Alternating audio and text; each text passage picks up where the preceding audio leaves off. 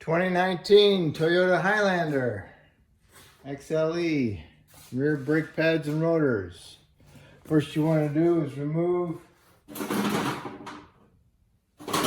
the rear caliper bolts, and they are 14 millimeter. So you get a 14 millimeter wrench and you get back in here and you hit it with your hand, or you use a small hammer ball peen, and you need to remove the bolts. If the slide pin turns, then you get a pair of needle nose vice grips and put it on the slide pin and hold them. I'll show you what the slide pin looks like in a minute. So you remove these two bolts, remove the caliper, inspect the caliper for any leaks around the piston, and also you want to inspect the boot, make sure there's not no tears or rips or holes in it. If it looks okay, then you're good. Set it aside. And then next you want to do is remove your caliper bracket. And those are held on by two 17 millimeter bolts. And you use a wrench. And you want to hit it with your mini sledge. Break them loose. And then remove them with your wrench. Or an air ratchet with a socket on it. And here's your caliper bracket. Okay, and these are your caliper slide pins right here. Okay. Also make sure that they turn. And if they don't turn, then you'll need to heat them up a little bit. See if you can get them to turn, or just go ahead and get reman calipers. All right. We'll take care of these in a minute. And here's what your bolts look like. Two of them. All right, next what you're gonna do is remove your brake rotor. This is rusted on there, so I sprayed some penetrant on there and I let it sit before I started. So you can always put the screws in there, the bolts. I think they're 8 millimeters. You can put them in there, but you still need to break it loose from the hub because it's rusted on there. See how that kind of pops off? Now there's parking brake shoes inside here, and there might be a ridge inside the parking brake drum. There might be a ridge inside there holding up onto the shoes. So what you need to do is remove this plug.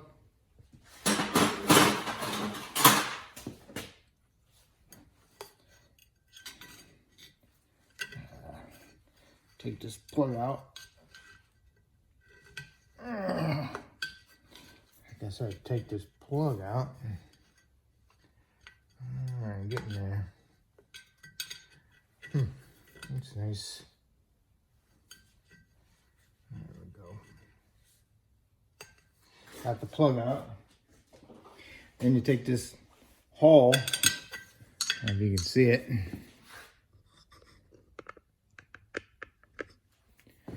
Turn directly on the bottom. You might want to get a flashlight so you can see where the adjuster is for the parking brake. So you need to take a flashlight, look inside there, and find it. Has little teeth on it. And you want to turn it direction to loosen it. So I'm going to take a break and I'm going to locate it. Okay. A little bit of an angle.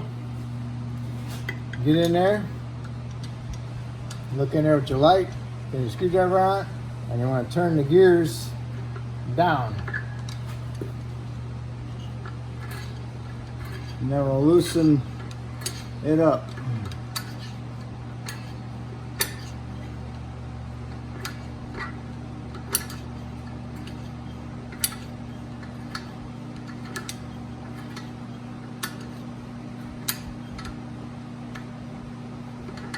Turned it quite a bit.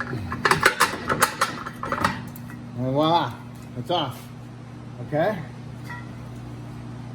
See the little rust ridge in there? It's about almost a 1/16 of an inch to 3/16 of an inch of a ridge. Okay.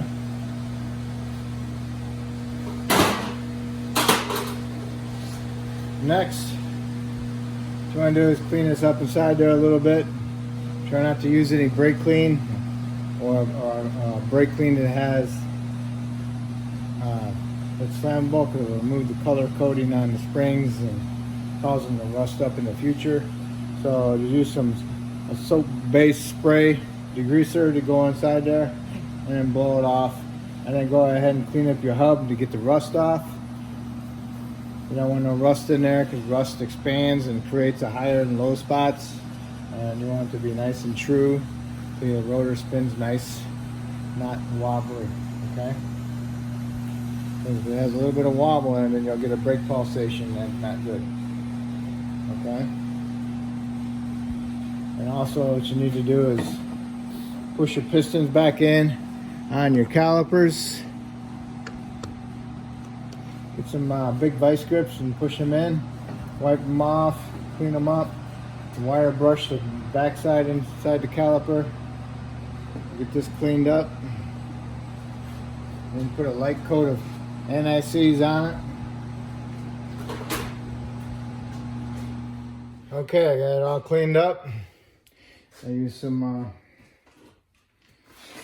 purple power, cleaned it up, cleaned up my caliper. I used a big pair of chain locks, pushed the piston back in. Make sure the line on the piston on the caliper is not pinched to restrict the flow to return of the fluid. I used a die grinder to go around, clean it up a little bit. I'm not removing any metal, I'm just shining it up a little bit. And then I use this type to go around the studs, so it makes the circles.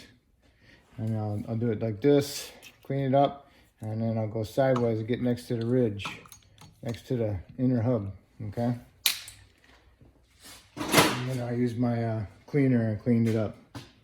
All right, now that's all ready to go. All I gotta do is put a little bit of anti-seize on here that helps keep it from rusting, and in the future from rusting. So next time when you do a brake job on it, it won't be so rusty, okay? So after we do that, then we're gonna work on our caliper bracket, okay? So you need to get that ready. All right, here's your caliper bracket. Remove your brake pads out of it. And if you notice that they're in there pretty good, they don't barely move. That's because they rust up. And when things rust, they expand. And when they expand, they cause things not to move. Okay? So then you need to remove your pads. And if you notice on your pads, they got these clips. Okay? Make sure your new set of pads comes with the hardware, abundant clips. And keep a notice on where these go, on which direction of the pad, top or the bottom. Because you need to put them back on there, because it keeps them from rattling. All right, so if you look inside here, it's full of rust, okay? You need to get all that out of there and get it all cleaned up. And when you get that all cleaned up, you need to paint it, and then you can take your caliper slide pins out, clean them up, and put some new lube on it, which is Sil Glide or caliper brake lube. Clean up that little ridge inside there where the boot goes. You can use a hacksaw blade, clean that up. And you want to remember that the one with the insulator, the real O-ring on it, goes on the top. Okay? All right, so that's what we're going to do. I'm going to use my die grinder with my disc on it again. Okay, see it? Cleaned up. Now I'm going to paint them and put some new grease Sil Glide in here or caliper lube in there. Do not pack it full, because you won't be able to push these pins back in, because you'll be trying to compress the solid and it's not going to happen. So just wipe it on the pin and then push it in and turn it at the same time. Okay, once the paint dries a little bit, you need to put your clips in there. Make sure you put the spring part towards the inside. I would say the bottom. Okay. See how they are. And my lube's in here. Good. Next you need to do is put your new clips on your brake pads. Match them up. Okay. You know which ones are which. Alright. And next you need to do is get your rotor ready. You need to clean your rotor with some soap and water or some Windex. I always use Windex. And then I'll put my rotor on. Yeah, one other thing when you're pushing your pistons in on your brakes, calipers, and you're pushing them in, you can't push it in. Make sure that the line isn't kinked, that you're restricting the flow to return of the fluid. And if you can't push it in, if you can't push it in, then you got a defective caliper or a defective brake line. So if you can push it in, it's fine. If you can't push it in, you got to determine if it's the brake line or if it's the caliper itself. Okay? So in order to do that, you want to loosen the brake line on the body.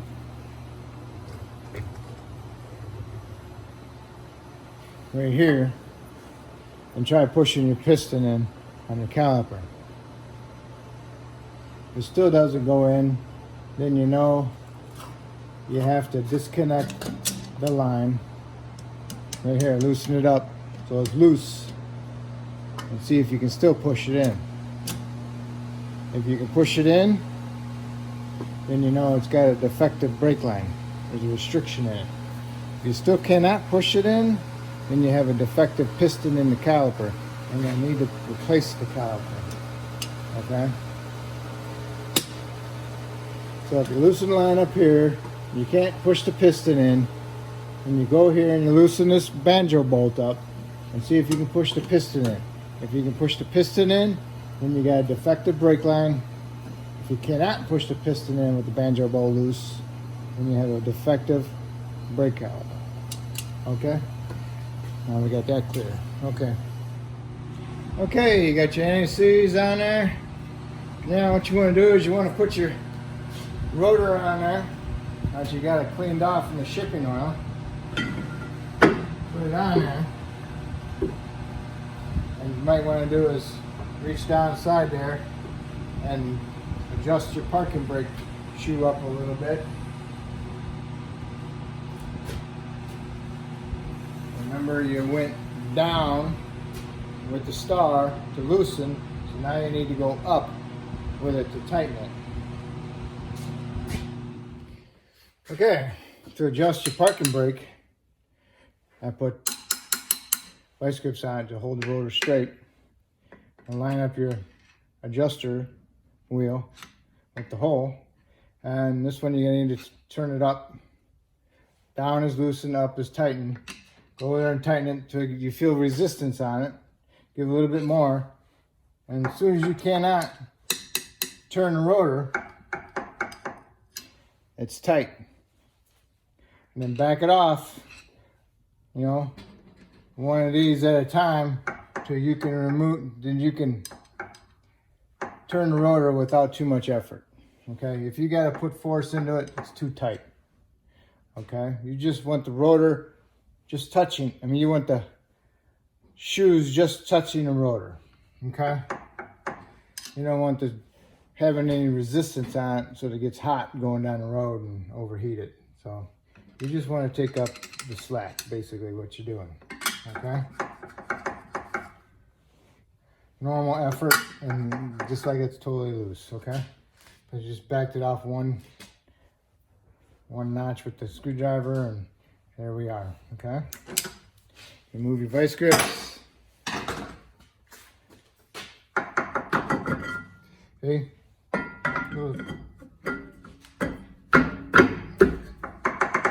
Good.